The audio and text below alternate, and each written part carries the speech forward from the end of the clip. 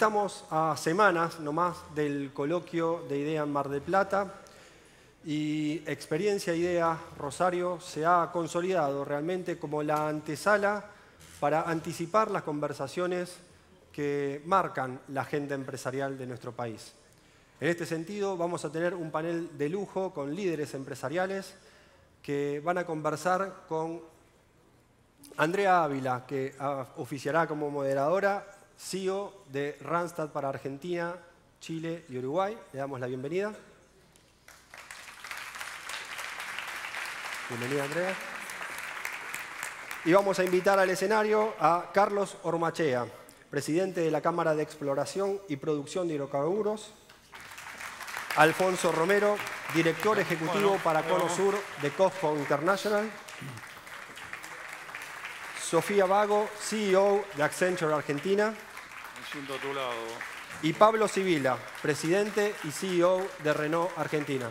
Bienvenidos. Gracias.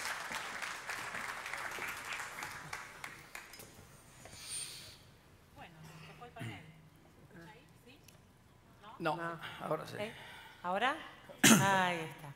Bueno, buenas tardes. Un placer compartir con ustedes. Estuvimos hablando un poquito en la previa. Para comenzar, me gustaría que cada uno cuente un poco de su sector. Son sectores claves para el desarrollo de la economía, para el futuro de la economía del país. Algunos con vasta historia, otros que van haciendo punta y desarrollándose. Entonces, quisiera que pudiéramos compartir cuál es el impacto que sus sectores van a producir, están produciendo en el crecimiento económico del país que todos esperamos. ¿Querés arrancar, Alfonso? Tradicional, una industria tradicional. Gracias, Andrea. Buenas tardes a todos. Un placer estar acá compartiendo este panel hoy. Bueno, es un sector muy conocido, el sector agroexportador, y hay muchísimas estadísticas y números que surgen de esta misma bolsa. Así que vale la pena tal vez repasarlo. Es un sector que da empleo a 275.000 personas. Es responsable por el 50% de las exportaciones netas de Argentina. Hoy está compuesto por 100 destinos. Es una industria que exporta a 100 destinos, con lo cual da una diversificación enorme a la producción agropecuaria argentina y eso genera también una estabilidad, una menor volatilidad en los precios al tener esa gama de destinos. En nuestra industria somos 22 terminales exportadoras, muchas de esas con una fábrica de crash y con un movimiento muy grande de logística, ¿no? La logística es fundamental para nuestra actividad. Se cargan unos 4.000 barcos por año, se descargan unas 4.000 barcazas por año en el río. Esa parte tal vez es menos visible porque ocurre del lado del río. Se mueven 300.000 vagones de ferrocarril y se mueven 2.600.000 camiones para mover toda la mercadería hacia los puertos desde Upriver, desde la zona de Timbúes hasta Bahía Blanca. Con lo cual es una actividad súper importante, muy desafiante. La logística es clave, no solo la producción del lado del agro, sino el manejo de todo ese volumen para llevar esa mercadería a los puertos de exportación. Carlos, ¿querés contarnos de tu industria?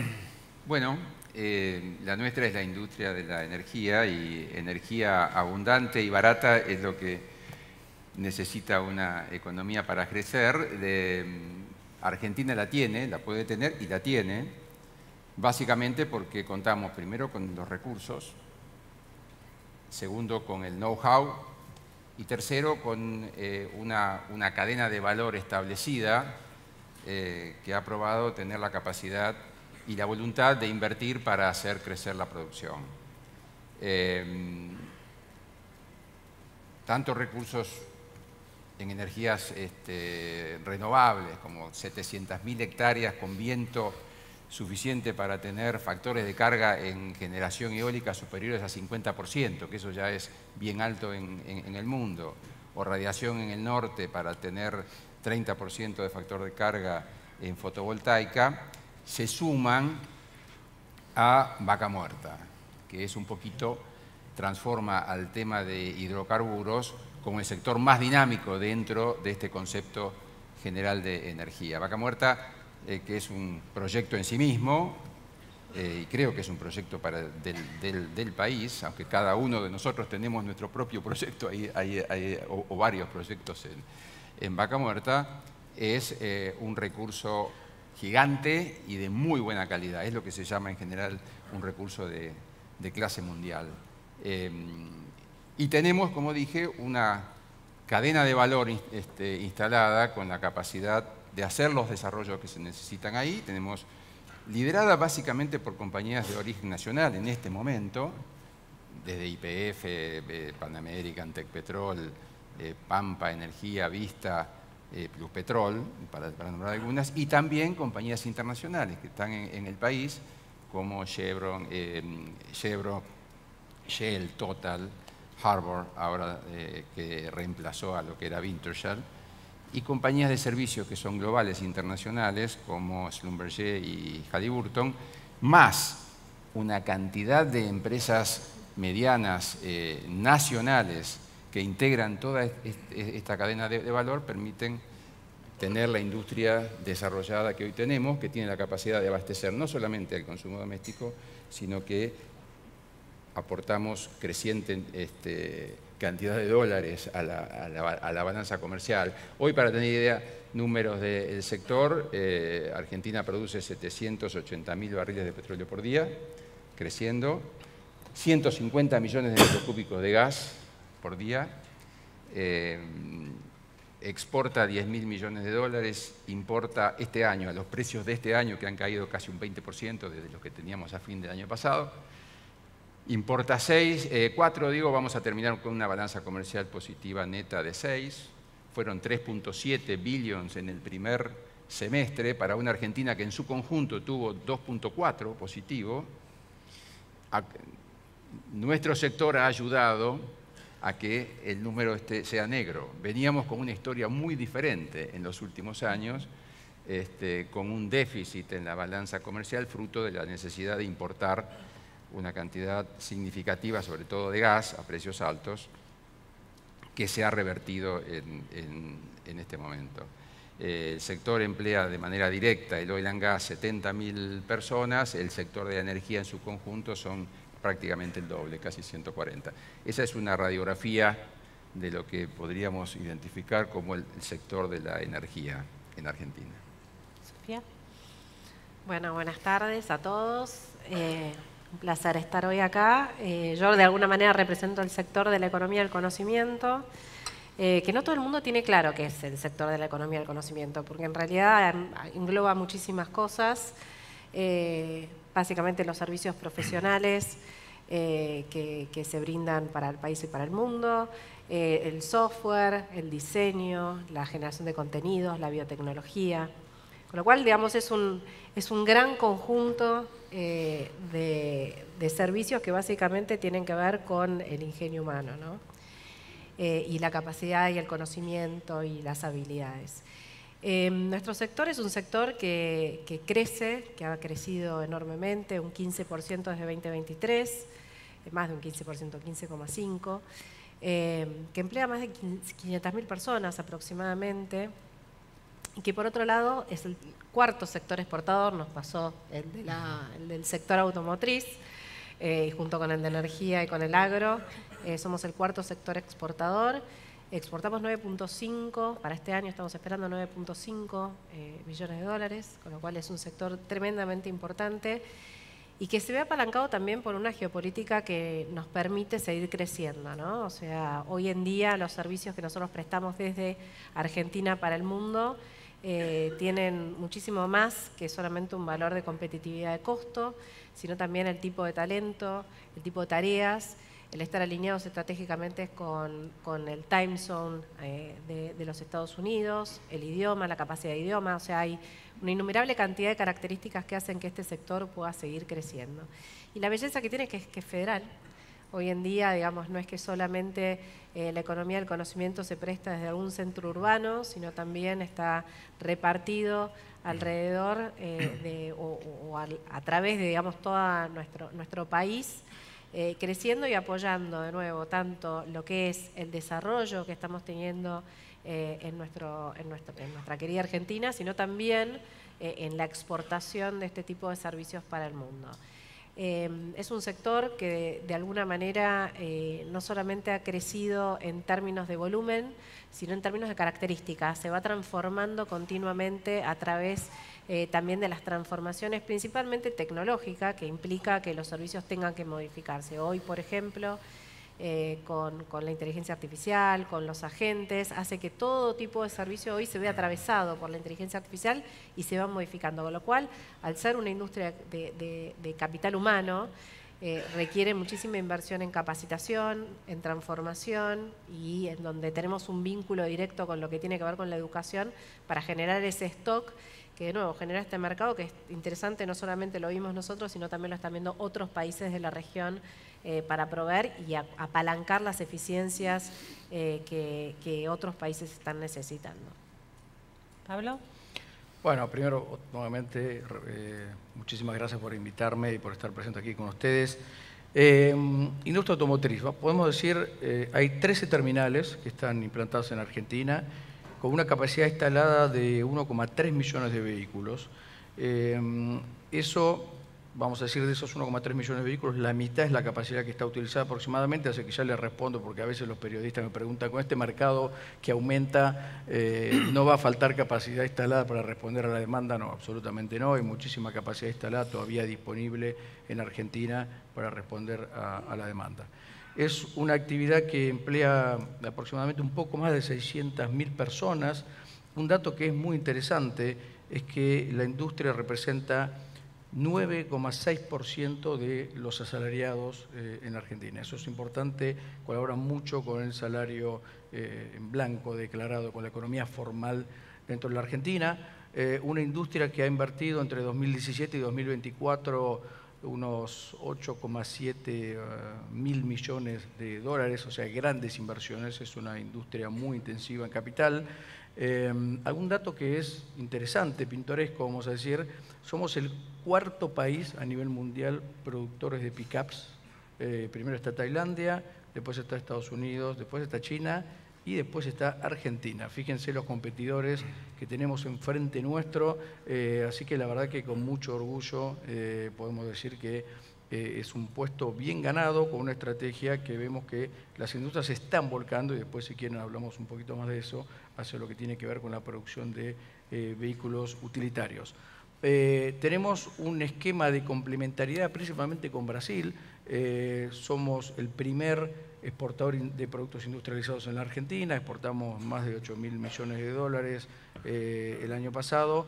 Importamos efectivamente, como nos contó el economista antes, las importaciones de vehículos crecieron significativamente con respecto al año pasado, lo cual no es una sorpresa porque veníamos de periodos de importaciones restringidas, pero a pesar de eso la balanza comercial neta del negocio automotriz en autos es positiva de unos 3.500 millones de dólares, lo que muestra que el perfil de negocio automotiva o automotriz es exportador o tendiendo a ser exportador, con un 60% de lo que se fabrica en Argentina que es exportado fuera del país. Así que eso da un pantallazo general de lo que es la industria. Vimos recién, nos acaban de terminar de contar tu industria, un pantallazo sobre el impacto que tiene en la economía argentina. Me gustaría que hagamos un pequeño más detalle en qué impacto tienen sus empresas, ¿no? Cómo impactan sus empresas dentro de los sectores, dentro de la economía, qué proyectos tienen, qué inversiones tienen, qué desafíos tienen, pero vamos deshojando las preguntas una a una. ¿Querés arrancar? Sí. Dale. Bueno, en Accenture, en Argentina somos 14.000 personas, o sea, somos un gran número. De hecho, hoy estuve en nuestra oficina acá en Rosario, tenemos una oficina en Rosario, la semana pasada abrimos oficina en Mendoza, hace un mes en Salta, o sea, estamos en franco crecimiento, ya con 5 oficinas en nuestro país, y adicionalmente a eso con un programa que se llama Accenture Federal, en donde tenemos gente prestando servicios de más de 65 pueblos o ciudades en forma 100% remota. Y esto viene de la mano de una demanda muy sostenida, principalmente por Estados Unidos, de nuestro talento, no solamente vinculado con la tecnología, sino con los servicios profesionales. Y cuando hablo de servicios profesionales hablo de todo, ¿no? Desde recursos humanos, servicios legales, hablo de consultoría, de cualquier tipo de servicio que nosotros tenemos en nuestra compañía. Hoy tenemos una demanda fuerte, y tenemos una demanda fuerte de nuestros clientes a nivel global y también del propio Accenture. O sea, nuestra propia compañía hoy designó a Argentina como una locación estratégica por el talento que tiene. Y esto en busca, de nuevo, de la eficiencia y la productividad, pero con muchísima calidad. Con lo cual nosotros venimos en un franco crecimiento en estos últimos años, pero se ha acelerado, si quieren, en los últimos 2. Con lo cual hoy, con una macro estabilizada, hace que, o por lo menos creemos que esto no solamente va a sostenerse, sino que va a crecer en el medio de otra revolución, que es la revolución de la inteligencia artificial y los agentes, que hace que las operaciones nuestras y de todas las compañías vayan a transformarse, ¿no? Hoy están atravesadas por lo que es inteligencia artificial, que redefine los modelos de negocio y las operaciones. Con lo cual estamos a la par de una transformación también de nuestro propio sector, abrazando lo que es la inteligencia artificial principalmente. Y con un mundo que también está cambiando. Entonces, en paralelo, el mundo también está demandando distintos tipos de servicios, o está pensando lo distinto, con una geopolítica que dice, bueno, a ver, ¿de qué manera yo me paro ante tanta incertidumbre? Y en donde Latinoamérica empieza a cumplir un rol fundamental. Con lo cual, nosotros vemos para nuestro sector en los próximos años un crecimiento. De nuevo, hoy estamos en más de 14.000 colaboradores, de una compañía que tiene 790.000 en este momento, y que de alguna manera ve en Argentina un lugar en donde podemos dar muchísimo valor. Obviamente con una preocupación que tiene que ver con el stock de conocimiento y las habilidades, que en algún momento después, si querés, lo hablamos, pero en franco crecimiento. ¿Quién quiere seguir? ¿Pablo? Ok, dale, bueno. Diría, primero, la gente por ahí no sabe, pero nuestra planta que está en la provincia de Córdoba, la planta de Santa Isabel, es la primer planta automotriz de ciclo completo en la Argentina. Cumplió este año, en el mes de marzo, 70 años. La planta fue inaugurada el 12 de marzo de 1955. ¿Qué quiere decir de ciclo completo? Quiere decir desde que se estampa una pieza hasta que sale el auto por la otra punta terminado. O sea que hay todo el proceso productivo completo que se hace dentro de la planta, y eso es un motivo de orgullo muy importante para nosotros, porque además es la primera planta que Renault abrió fuera de Europa, y hoy en día, porque las plantas que estaban por ahí alocadas en el centro de las ciudades, en París, fueron siendo relocadas en otros lugares, es la planta en operación más antigua del grupo Renault. Antigua, por supuesto, en los muros, porque dentro es una industria de referencia 4.0, y después, cuando hablemos un poquito de innovación y eso, les cuento un poquito sobre eso. Pero bueno, entonces tenemos esta planta histórica, y hace 5 años, bueno, yo llegué a Argentina hace 5 años, vivía afuera, y junto con el comité de dirección un poco nos pusimos a mirar y hacer un diagnóstico de esta planta, porque esta planta lo que tenía era que una planta estaba muy enfocada para adentro, muy enfocada para el mercado interno, fabricando vehículos que eran básicamente, vamos a decir, de la preferencia del consumo interno. Y un poco la reflexión que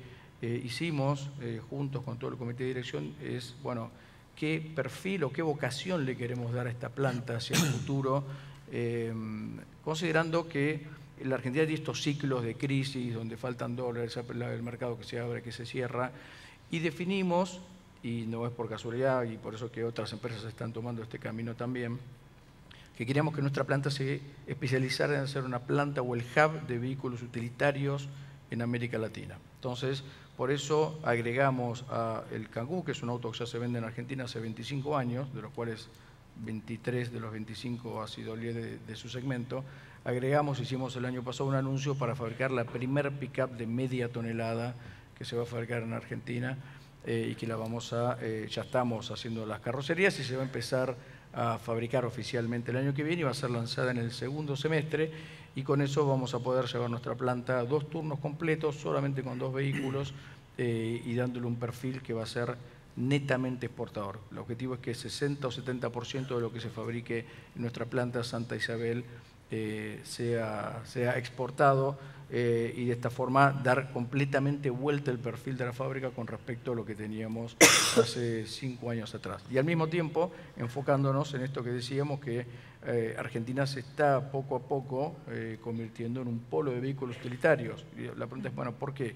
Bueno, básicamente porque frente a nosotros tenemos un país que es altamente competitivo en producción, que tiene mucha escala, que es Brasil, y es muy difícil para nosotros, cuando siempre hablamos con nuestros colegas de la industria, nosotros no competimos, o sea, yo compito por supuesto con mis colegas de al lado, pero principalmente compito con mi homólogo de Renault del otro lado de la frontera por las inversiones.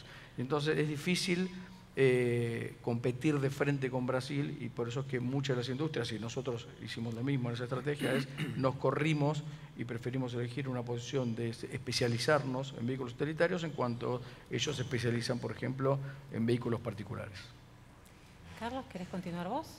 Bueno, yo más que hablar de Tecpetrol, la empresa de la que soy presidente y que ha hecho el desarrollo más grande de gas de vaca muerta ahí en Fortín de Piedra, que hoy produce poco menos del 20% de todo el gas de la Argentina en un solo campo, y que está ahora en plena ejecución de otro proyecto del mismo tamaño, son 2.400 millones de dólares de inversión para producir 70.000 barriles de petróleo, más en el norte de Vaca Muerta. Yo prefiero hablar un poquito del impacto de la industria, que es la nuestra. Estoy hablando ahora de lo de Oil and Gas. Es una industria que, a pesar de todos los problemas que hemos sufrido en los últimos años, ha mantenido un ritmo de inversión que le permitió primero detener la caída con la que veníamos en un momento y volver a crecer. Y hay una cantidad de proyectos importantes de infraestructura que se han ejecutado en los últimos 3 años, desde la rehabilitación del oleoducto que va a Chile, que se llama OTASA, para exportar 100.000 barriles por día, la construcción del primer tramo del gasoducto, bueno, se llamaba GNK, y ahora le cambiaron el nombre y se llama gasoducto GPM, gasoducto Perito Morena, que trae 21 millones de metros cúbicos de gas por día desde Neuquén hasta el empalme con el sistema de TGS en Saliqueló. La construcción de lo que se llamó el duplicar en el oleoducto, el del Val, que trae el petróleo de Neuquén hasta Bahía Blanca para exportar o para refinar en el mercado doméstico, y que llevó la capacidad de evacuación de petróleo de Neuquén de 240.000 barriles por día a 540.000 barriles por día. Ahora eso ya está terminado, está todo esto en ejecución, y esta remoción de estos cuellos de botella que había en el sector de la infraestructura ha permitido que la producción de vaca muerta haya tenido ese crecimiento y ese impulso que vimos en los últimos meses. Con lo cual, esto es el impacto que ya ocurrió, pero me parece que es interesante entender qué es lo que está viniendo, no el potencial, sino lo que está viniendo. Acá espérate que tengo un machete, porque no me voy a acordar. Siempre es útil. De todo, y pienso, mejor ser más preciso en esto. Pero básicamente, para tener idea de lo que es, no solo puede ser, sino de que es el impacto del sector en la economía argentina. Este es un sector que invierte hoy 10.000 millones de dólares por año al régimen, hoy. Netamente privada la inversión. Todo es privado. Netamente privado. Acá no hay... O sea, YPF es una empresa que tiene control del Estado, pero funciona como una empresa privada. No tiene aportes del Tesoro, digamos. Funciona con sus propios recursos. Funciona como una empresa privada que es con capital, con control del Estado argentino, pero es una empresa pública, cotiza en Nueva York. O sea, esto es todo privado. Y la infraestructura que se construyó, salvo el primer tramo del gasoducto, que fue una inversión pública de Enarsa, todo el resto es privado. Y lo que viene es todo privado. Acá no hay nada que sea del Estado. Pero tenemos proyectos en curso, no son ideas ni títulos, son proyectos que ya se están ejecutando. Arranco por el VEMOS, que es un título que seguramente conocen porque está en los diarios todo el tiempo. Es un nuevo oleoducto para llevar producción adicional de petróleo de Neuquén, en este caso no va a Bahía Blanca, va a ir a Punta Colorada en Río Negro y va a transportar 540.000 barriles en la primera etapa, 500.000 en la primera etapa, puede ser expandido a 700.000, son 3.115 millones de dólares. Ya está en curso, un consorcio de bancos ya firmó el financiamiento de 2.000 para esta primera parte que ya se está construyendo. Tenemos el Vaca Muerta Norte, que es un gasoducto.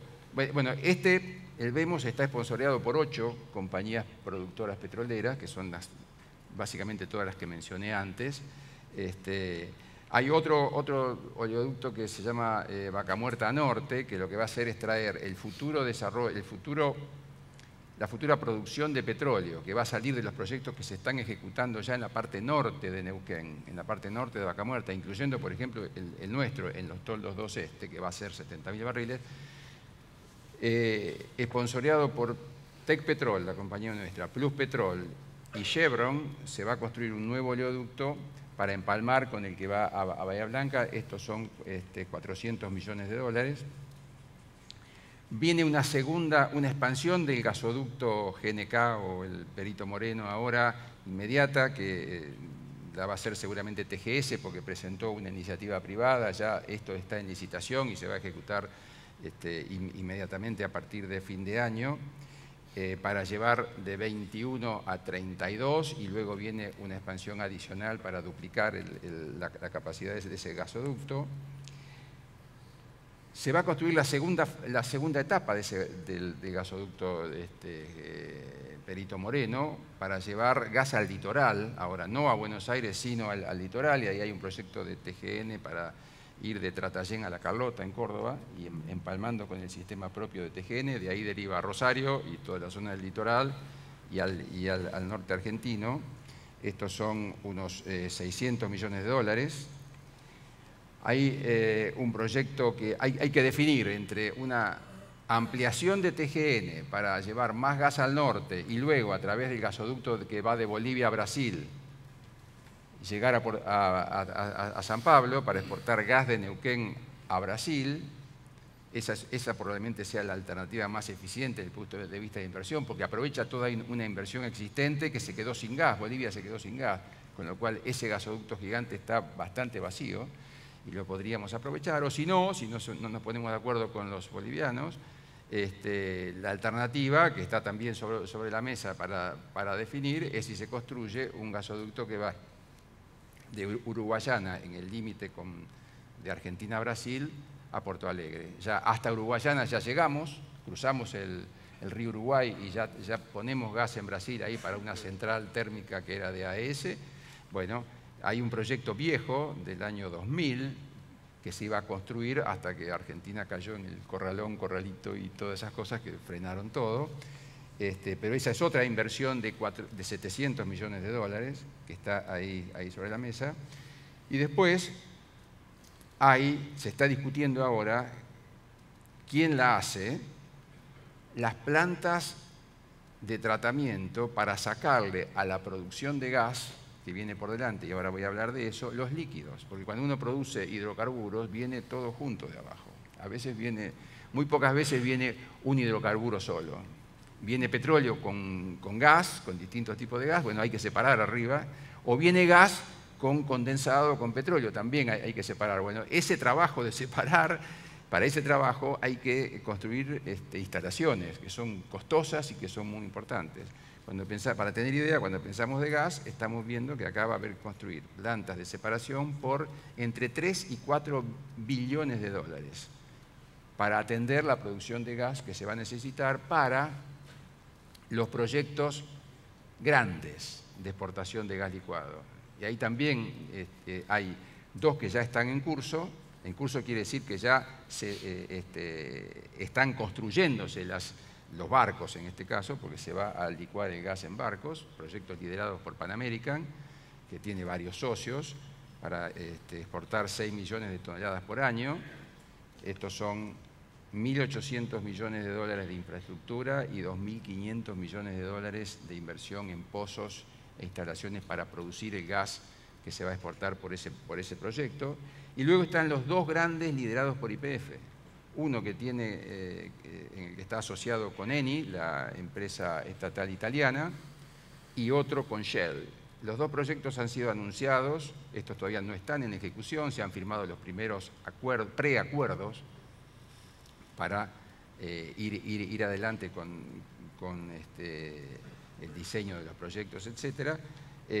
Son dos proyectos muy grandes, son de 12 millones de toneladas cada uno, probablemente el de Shell termine siendo un poco más chico, pero estas son inversiones gigantes, 17.900 millones de dólares cada proyecto, incluyendo la inversión en los módulos de licuefacción, la inversión en la infraestructura que hay que construir para transportar el gas desde Neuquén hasta los puertos en los cuales se licúe y se exporte este gas, más 5.000 millones de dólares para cada uno de esos dos proyectos para construir los pozos que produzcan el gas que queremos exportar. O sea, esta es la magnitud del proyecto que está yendo adelante en la industria nuestra. Carlos, y a esto hay que sumarle, perdón, para terminar, unos van a ser ahora, son 10, van a ser 15.000 millones de dólares por año de inversión a régimen. O sea, todo lo que dije es para construir.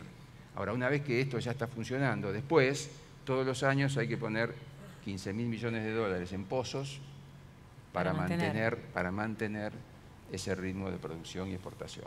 Al principio si hacemos te quise esto, sumar, vamos pero me perdí ya con tanto número de miles de millones. Por eso me traje Es mucho, es impresionante. Así que gracias. No, maravilloso, la verdad que es Ahora, ¿cómo competimos con esos números? No competimos. No hay que competir. Es Yo creo que no tenemos que competir, tenemos que ayudarnos entre hay que complementarse. Tenemos que ayudarnos para que esto sea real. Poniéndome del lado del agro, es una excelente noticia ver que la energía surge con tanto ímpetu, con tanta fuerza en Argentina, y va a ser uno de los revenue drivers del futuro, probablemente balanceando un poco la balanza comercial y hacerla menos dependiente de este sector, ¿no? Sí. Que hoy, Estos son 30 bi de exportaciones en el 2030. Ese es el correcto, número. Sí. Es el equivalente a las exportaciones del complejo cerealero oleaginoso de hoy, que son 30.000 millones. Así que la verdad que es una noticia excepcional. Y también para Argentina ir balanceando la matriz de exportación, ¿no? No ser tan dependiente de un solo sector. Dejar de depender del clima, dicen por ahí solamente, ¿no? ¿Viste? El clima que nos condicionaba tanto, ahora tenemos un pool de exportación, todos exportan. La verdad que es una excelente noticia y es lindo ver tanto optimismo y tanta energía desde un sector que se ve tan pujante y con tanto upside. Pero contarnos del agro que estamos acá, no COFCO podemos hablar del agro de esta ciudad. Nosotros somos una subsidiaria de COFCO China. COFCO es la empresa de alimentos más grande de China, con 160.000 empleados. Nosotros somos una subsidiaria que se llama COFCO International. COFCO International tiene base en Suiza, en Ginebra. Y aquí son 16.000 empleados más o menos. Y aquí en Argentina coordinamos Argentina, Paraguay y Uruguay. Con OSUR somos unos 1.600 empleados. Y es la fusión de dos cerealeras, una más tradicional y con más trayectoria, que es Nidera, y la otra que era más una startup, que es Noble. Así que nos tocó a nosotros, a partir de 2017, fusionar estas tres culturas, ¿no? Una compañía muy familiar como Nidera, una startup internacional, si lo queremos llamar así, como era Noble, muy rápida, muy pujante, con la cultura corporativa de una compañía establecida como COFCO. Así que nos tocó ese proceso durante estos últimos años, formamos un equipo muy sólido, son 3 plantas de molienda, 2 en Upriver, una en Timbúes y en Puerto San Martín, otra en Junín, una red de originación que se forma por acopios y oficinas de originación, y también un flujo importante que viene de Paraguay, que nos ayuda a compensar a veces Argentina tiene un exceso de capacidad de molienda. Yo diría que se invirtió anticipando crecimiento de cosechas que no se produjeron, tanto en capacidad de molienda como en capacidad de elevación de puertos. Y esa capacidad está ahí, esperando que las cosechas crezcan. Y para que esas cosechas crezcan necesitamos, yo creo que ha sido una serie de reformas o decisiones durante los últimos años muy bien orientadas, orientadas a desburocratizar la actividad, desburocratizar las importaciones y permitir una normalización de toda la actividad. Eso se está dando. Este es el primer año que tenemos, después de casi 10 años de meseta, donde no hemos no hemos molido más que lo que hemos molido el año pasado. A partir de este año hay un pequeño rebote en la molienda, lo que abre mucha, diría, esperanza, es una luz en el camino para que este sector también se sume a esta ola de inversiones que estamos viendo en Oil and Gas. Pero creo que nuestra primera etapa es cubrir la capacidad que ya se construyó y que todavía no se pudo utilizar. Así que nuestra etapa es un poco distinta, es cumplir primero con ese gap, cubrir ese gap, que probablemente ojalá lleve poco tiempo. Si seguimos con esta tendencia de baja de derecho de exportación y desregulación del mercado, seguramente sea más temprano que tarde, porque el productor reacciona enseguida. Y es importantísimo que el productor, el primer eslabón de la cadena, le vaya muy bien, ¿no? Necesitamos que le vaya muy bien, que atraiga capital, que atraiga tecnología, que atraiga desarrollos.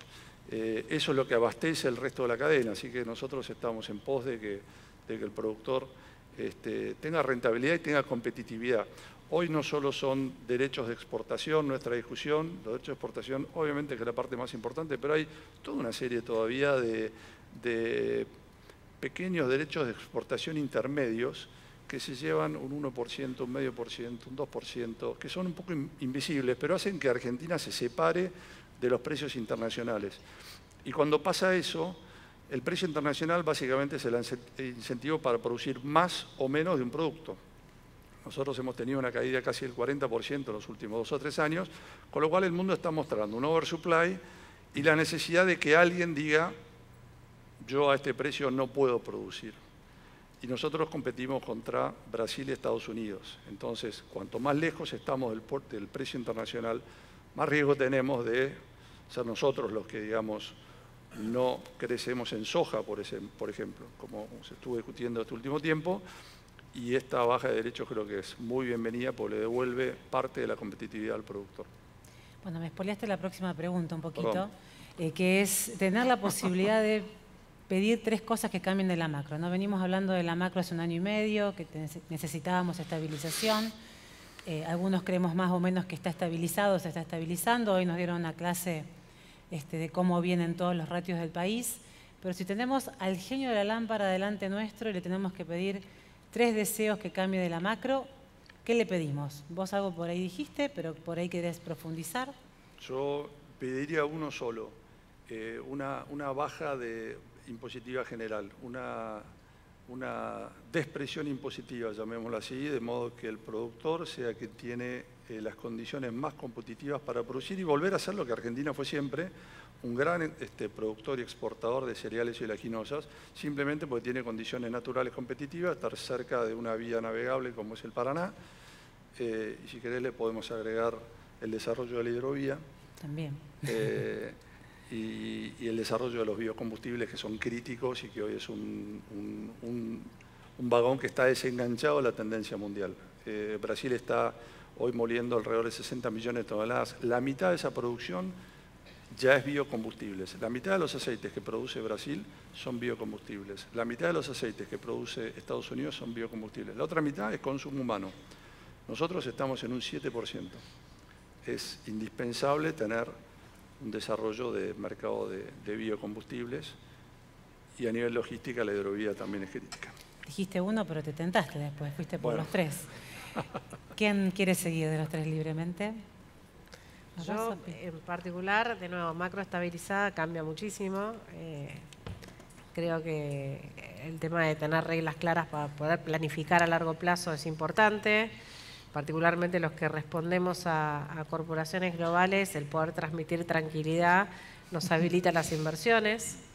Y hablamos de las grandes inversiones que obviamente hay ciertos sectores que tienen, como por ejemplo el de la energía o lo que se requiere dentro de lo que es la industria, pero nosotros también requerimos muchísima inversión en términos de nuevo, de tecnología, de capacitación, de transformación, y tenemos que estar competitivos al mercado. Así que creo que las reglas claras, de alguna manera, el poder planificar a largo plazo y conservar las decisiones es importante, sin mayores novedades o creatividades que puedan impactar sobre nuestra competitividad, ¿no? O sea, poder tener esa planificación a largo plazo es una. Y la otra, que creo que si pudiese pedir, es el tema de cómo empezamos a mirar la educación con otros ojos.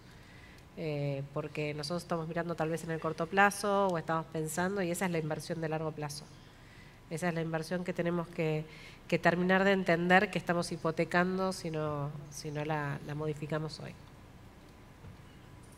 Bueno, en mi caso voy a elegir 3 temas, voy a hacer un poquito de trampa, no necesariamente todo de la macro, pero el primero voy a conseguir con él, el tema fiscal es fundamental, estamos todos, yo creo, esperando la reforma tributaria, estamos esperando las elecciones para ver cómo sigue esta segunda etapa del gobierno. Algunos datos para que ustedes tengan presente. Primero, cuando nosotros exportamos, obviamente Argentina quiere generar o quiere ser cada vez un país que exporte cada vez más, sea hidrocarburos, sea agronegocios, sea vehículos también. Bueno, en la parte de vehículos, cada vez que exportamos, nosotros exportamos 13% de impuestos a nuestros clientes. Y para que ustedes tengan una idea, cuando nosotros compramos autos, por ejemplo, de México, los autos de México tienen 0% de impuestos cuando vienen para Argentina. Entonces, si vamos hacia una apertura y queremos que la Argentina sea competitiva, primero tenemos que trabajar a medida que den las posibilidades. Por supuesto, ya entendimos, y creo que lo entendemos casi todos los argentinos, que el tema del déficit o el superávit es absolutamente fundamental mantenerlo, pero trabajamos con el gobierno, un poco lo comentábamos antes de subir al escenario, con Sofía también, por ahí a veces vamos a hablar con el ministro de Economía a nivel de industria y le decimos, bueno, te traemos un modelo de negocio, ¿no? Donde traemos y le decimos, bueno, si reducimos tal impuesto, creemos que van a aumentar las ventas y vas a terminar recaudando más y en consecuencia va a ser un círculo virtuoso. Y les doy un ejemplo muy concreto, el impuesto al lujo que se eliminó para los vehículos de categoría media. Nosotros fuimos a una propuesta con el gobierno, le mostramos el business case, el ministro lo aceptó y haciendo la historia larga de forma corta, los clientes terminaron pagando muchísimo menos por los vehículos que se consideran del segmento C. El segmento C, las ventas más que se duplicaron en un año y el gobierno terminó recaudando más. Entonces, es una forma inteligente de ir reduciendo la presión fiscal sin que eso represente necesariamente ir a meterle la mano en el bolsillo, para decirlo de alguna forma, al gobierno. También otro punto que es muy importante, lo que es mercado interno y ligado a lo que decía recién, por cada auto que ustedes se compran en Argentina, soy muy presente en las redes sociales y en general los típicos haters dicen, bueno, los autos son carísimos, se llenan los bolsillos de plata las automotrices. Bueno, por cada auto que ustedes compran, el gobierno se compra otro. 54% del valor de un auto está compuesto de impuestos. Entonces es realmente una carga enorme, no existe en otros países, en Estados Unidos es menos del 10%, eso explica que por ahí a veces algunos autos que se venden en Estados Unidos, si se venden en Argentina, la gente dice, pero ¿por qué acá está 40% más caro? Bueno, porque tiene 40 puntos más de impuestos. Entonces es el primer punto que creo que es fundamental. El segundo punto, y que lo trataron hoy en varios puntos en disertaciones más temprano, es la infraestructura. Nosotros, por ejemplo, en el caso nuestro, somos una planta que está en la provincia de Córdoba, lejos del agua, utilizamos mucho el puerto de Rosario y en el año 1960, en el año 1960 efectivamente, ya hace 60 años, los vagones entraban a nuestra planta, salían de la línea, se cargaban y se mandaban a los puertos directamente en tren, y eso hoy no existe, pero las vías están. Entonces estamos trabajando en un proyecto muy fuerte junto con la provincia de Córdoba y con otras marcas que somos de vuelta competidores, pero tratamos de trabajar juntos para hacer volumen, para volver, porque las vías existen, poder volver a poner en funcionamiento esas vías para tener acceso directo. Dentro de nuestra planta tiene las vías todavía dentro de la planta, o sea que simplemente con una pequeña inversión se puede volver a ajustar, hacer que el tren llegue adentro de la planta, se carguen los autos y salgan directamente para el puerto de Rosario o el puerto de Zárate, y combinados con uno de mis colegas que también hace poquito acaba de lanzar una pick-up, entre los dos podríamos llegar a sumar 100.000 pick-ups por año de exportación como mínimo, o sea que una masa crítica importante. Esos diría son los dos puntos, al final me quedo con esos dos para no extender más, pero son dos puntos que para mí son fundamentales, ¿no? La presión fiscal y lo que tiene que ver con la infraestructura.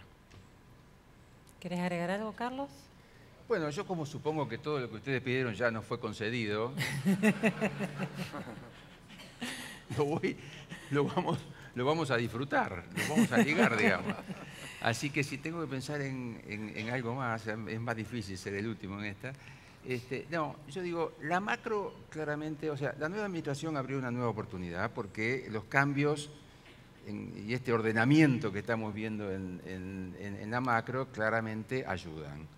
Qué sé yo, la ley bases, que confirmó por lo menos dos conceptos que cuando uno los dice, ¿qué está diciendo este hombre? Pero nosotros no lo teníamos en nuestra industria, que es la posibilidad de tener precios fijados por el mercado y la otra posibilidad de poder exportar.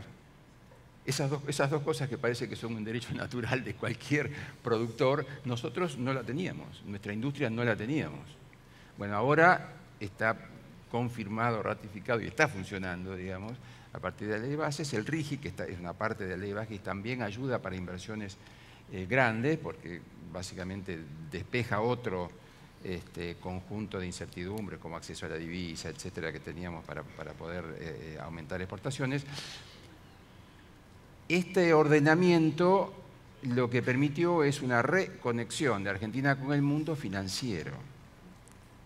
Hasta el año 23 esa conexión estaba rota, o sea, no había ninguna chance de conseguir un financiamiento cross-border, digamos, para ningún proyecto, para ninguna calidad de crédito digamos, de Argentina.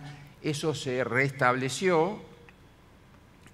Nuestra industria ha estado activa, digamos, en conseguir financiamiento, pero si algo tengo que pedir, dado que somos una industria que, como vieron, es extremadamente capital intensiva, es puro capital, digamos, y además todo el capital al inicio, la tenemos que poner toda antes de empezar a producir un solo barril. Entonces, el acceso y el acceso al capital y el costo del capital es un factor de competitividad esencial. O sea, nosotros competimos con todo el mundo, ¿no? Porque el proyecto de Vaca Muerta es claramente un proyecto de exportación, no estamos hablando de mercado doméstico, es un proyecto de exportación. Argentina tiene en Vaca Muerta 80 años de suministro de consumo doméstico. No tiene sentido pensar en hidrocarburos 80 años. No tiene, porque probablemente mucho antes ya no van a ser necesarios. Y porque además, cuando uno piensa económicamente, nada que esté en el año 80 tiene valor hoy, cero. Entonces, es un proyecto de exportación que adelante esos tiempos. Y cuando decimos de exportación, estamos compitiendo con el resto del mundo, pero fundamentalmente con Estados Unidos. O sea, nuestro competidor es claramente Estados Unidos. Podemos competir bien con el recurso, que es de muy buena calidad, podemos competir bien con el know-how, estamos preparados para hacerlo, pero no podemos competir con el costo de capital. Ahí tenemos una desventaja competitiva que hay que compensar con otras cosas. Si tuviera que pedir un deseo, pido que Argentina haga las cosas, siga haciendo las cosas bien para que el riesgo país, que es nuestro costo de capital, baje. Y de esa manera nos va a ayudar a mejorar la competitividad, sumando a los resultados que nuestro propio esfuerzo tenga que darnos en los próximos años. Bueno, obtuvimos la reforma fiscal, la reforma educativa, bajó el riesgo país. La infraestructura. ¿Sí? La infraestructura. Yo creo que si me dan el mío, si yo consigo el mío, conseguimos todos. Tienen que invitar a una cena cada uno de ustedes. Tenemos todo eso resuelto. Mirando educación. por educación, claro, por eso, ¿no? La educación es esencial. Sí, todos son iguales. Tenemos todo eso ordenado en nuestro país. ¿Cómo están mirando ustedes sus propias empresas o industria, Carlos, en relación a la eficiencia, a la productividad que estamos necesitando tener en toda la macro que nos cambió y nos cambia la mirada de negocio que teníamos hace 1 año y medio atrás? ¿Cómo están trabajando eficiencia, productividad, desarrollo dentro de sus compañías o la industria? Bueno, ahora me toca a mí. Empezamos, dale. Empezamos por cortesía, te corresponde a vos, dale. Se van a aburrir de escuchar siempre. Hacia adentro, o algo que no es la macro. Yo digo, tres desafíos importantes, digamos, por delante. Uno que probablemente sea común para todos, pero que para nosotros es crítico, y yo veo que puede ser uno de los cuellos de botella en el cortísimo plazo, que es contar con el personal capacitado para esta explosión que está viniendo y que estamos ejecutando. Ahí tenemos un problema, o sea, el recurso humano que necesita la industria es un recurso calificado, técnicamente calificado. Aún el operario que trabaja en un equipo de perforación. No lo podés tomar de la calle fácilmente. Necesita un entrenamiento, no solo por un tema de eficiencia, fundamentalmente por un tema de seguridad.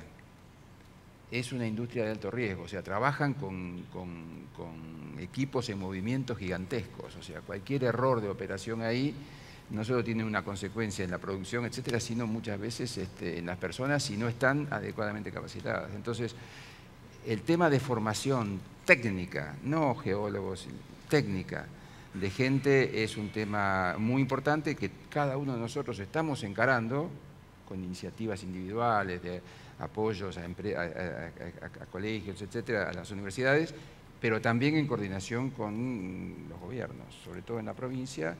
Hay esquemas de desarrollo, de becas, etcétera, tratando de apoyar la formación técnica de gente que pueda terminar trabajando en la industria. Ese es un primer tema. El segundo desafío grande que yo veo es la expansión de capacidad de esta cadena de valor que hoy existe, que es muy buena y que es suficiente para lo que es hoy la industria, pero que necesita duplicar para poder atender todo este crecimiento de los proyectos que yo les mencioné antes. Entonces, duplicar para todo eso es duplicar para muchas pymes, muchísimas pymes que trabajan en la industria. Y ahí la incorporación de tecnología y el aumento de capacidad de producción de bienes o de servicios, eso es capital.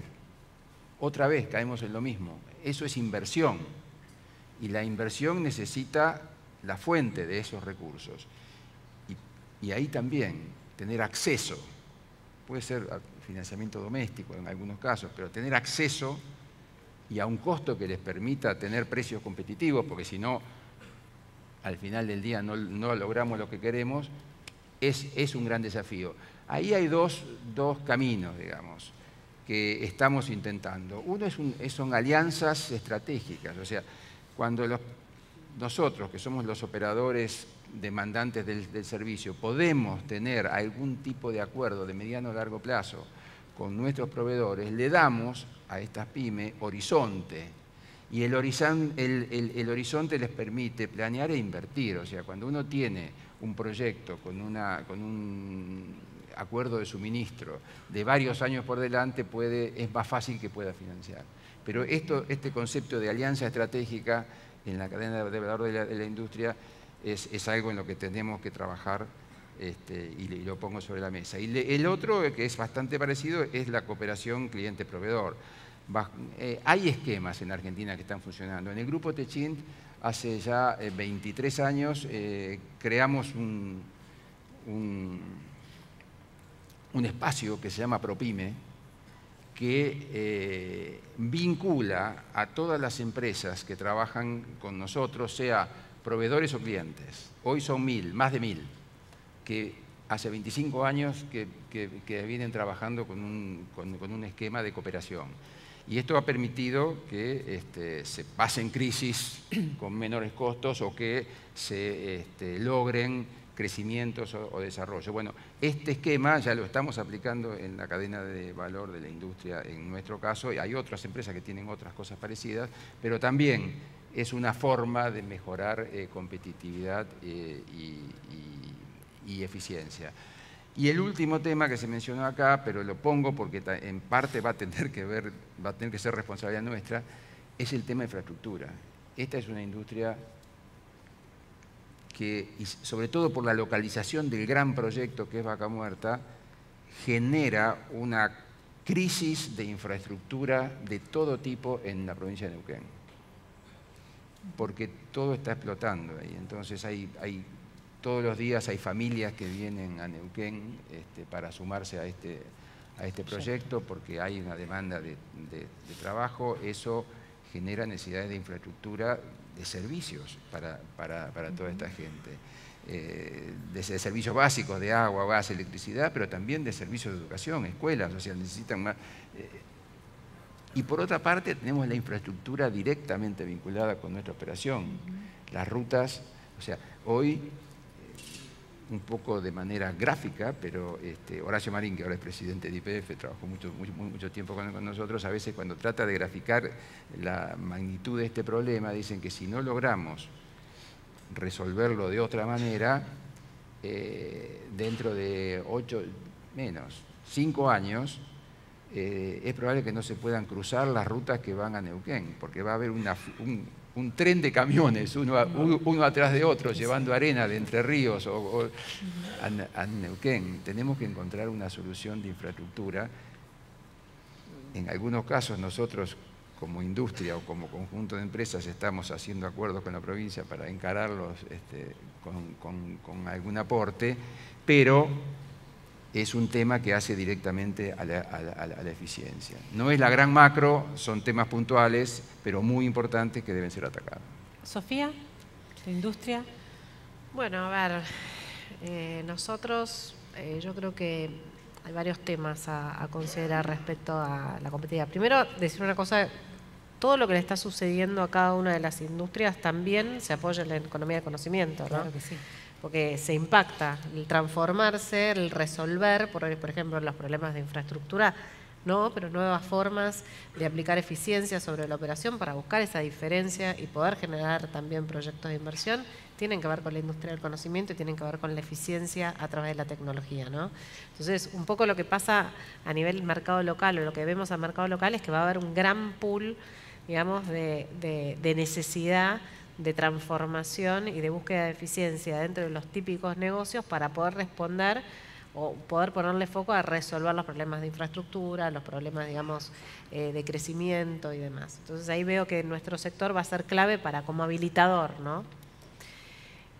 Por otro lado, nosotros tenemos un gran desafío, que es la competitividad que se está dando particularmente en toda Latinoamérica, ¿no? Y las políticas que se aplican, y un poco lo que decía antes, reglas claras, tiene que ver con esto, ¿no? Con el poder planificar a largo plazo y poder resolver el hecho de que cuando nosotros tomamos un compromiso, sobre todo en la exportación, lo podamos sostener a través del tiempo.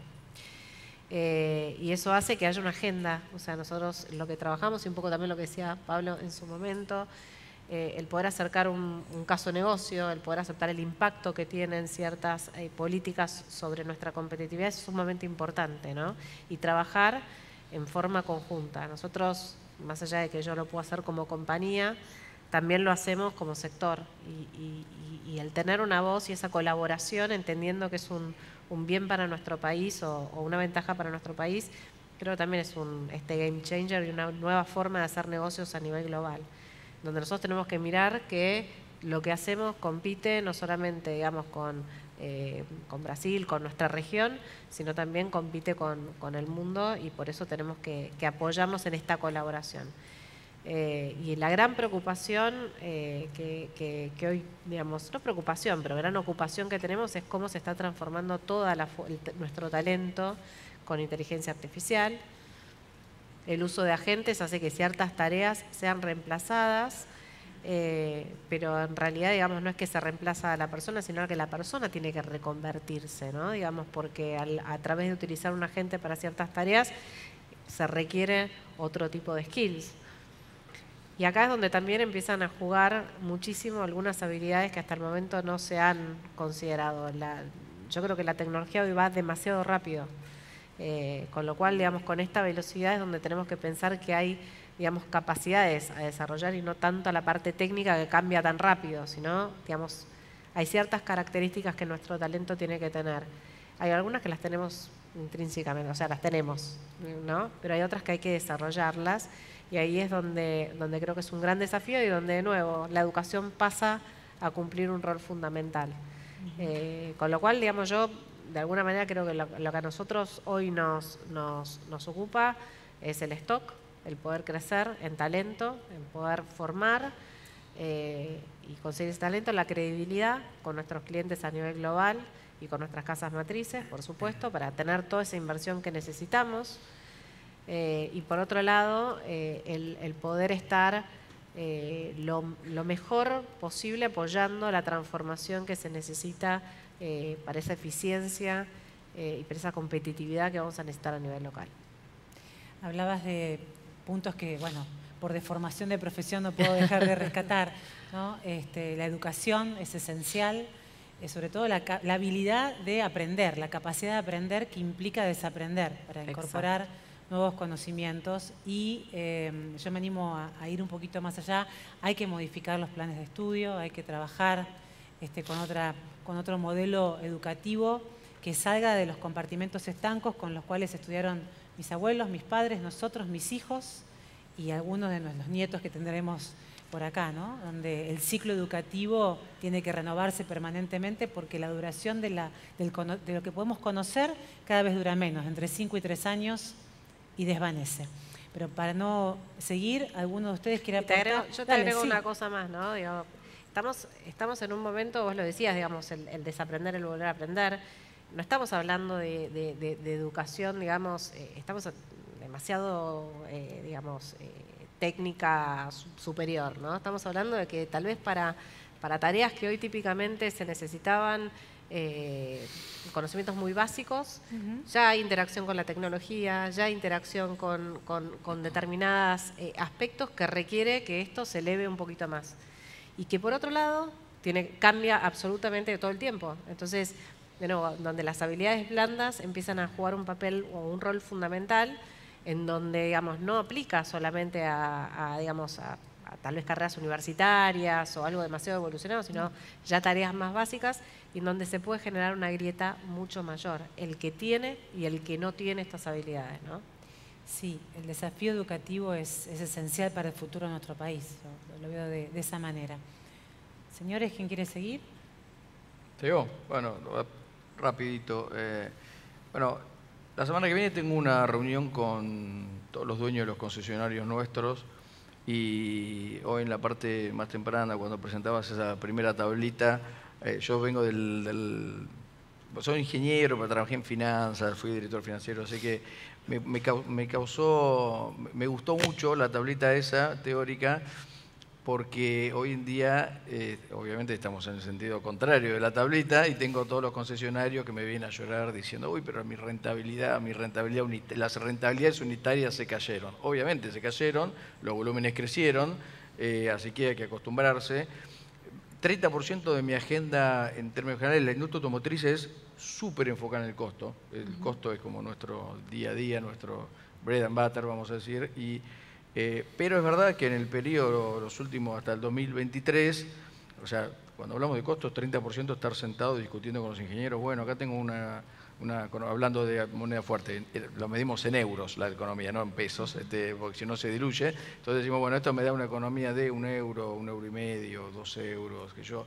Y efectivamente en esos años, venía el ingeniero y te decía, che, tengo una economía de €1, y yo decía, bueno, listo, €1, si no la puedes aplicar el mes que viene y la aplicás el otro, no pasa nada, porque total, era tal el lío, uno tiene que estar protegido por la cobertura de cambio, que me dieran la CIRA, la CIMI. Entonces, la verdad que toda la gestión del día a día de la compañía que importa quedaba relegada a un segundo plano, ¿no? Bueno, ahora todo eso desapareció, por suerte.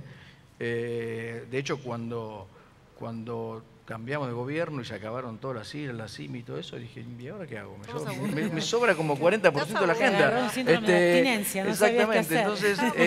Exactamente, entonces por allá tengo parte de mi equipo que vivía dentro del ministerio directamente, entonces, y ahora hay que volver a lo básico, o sea, vida normal, vida de cualquier país normal, vamos a decir.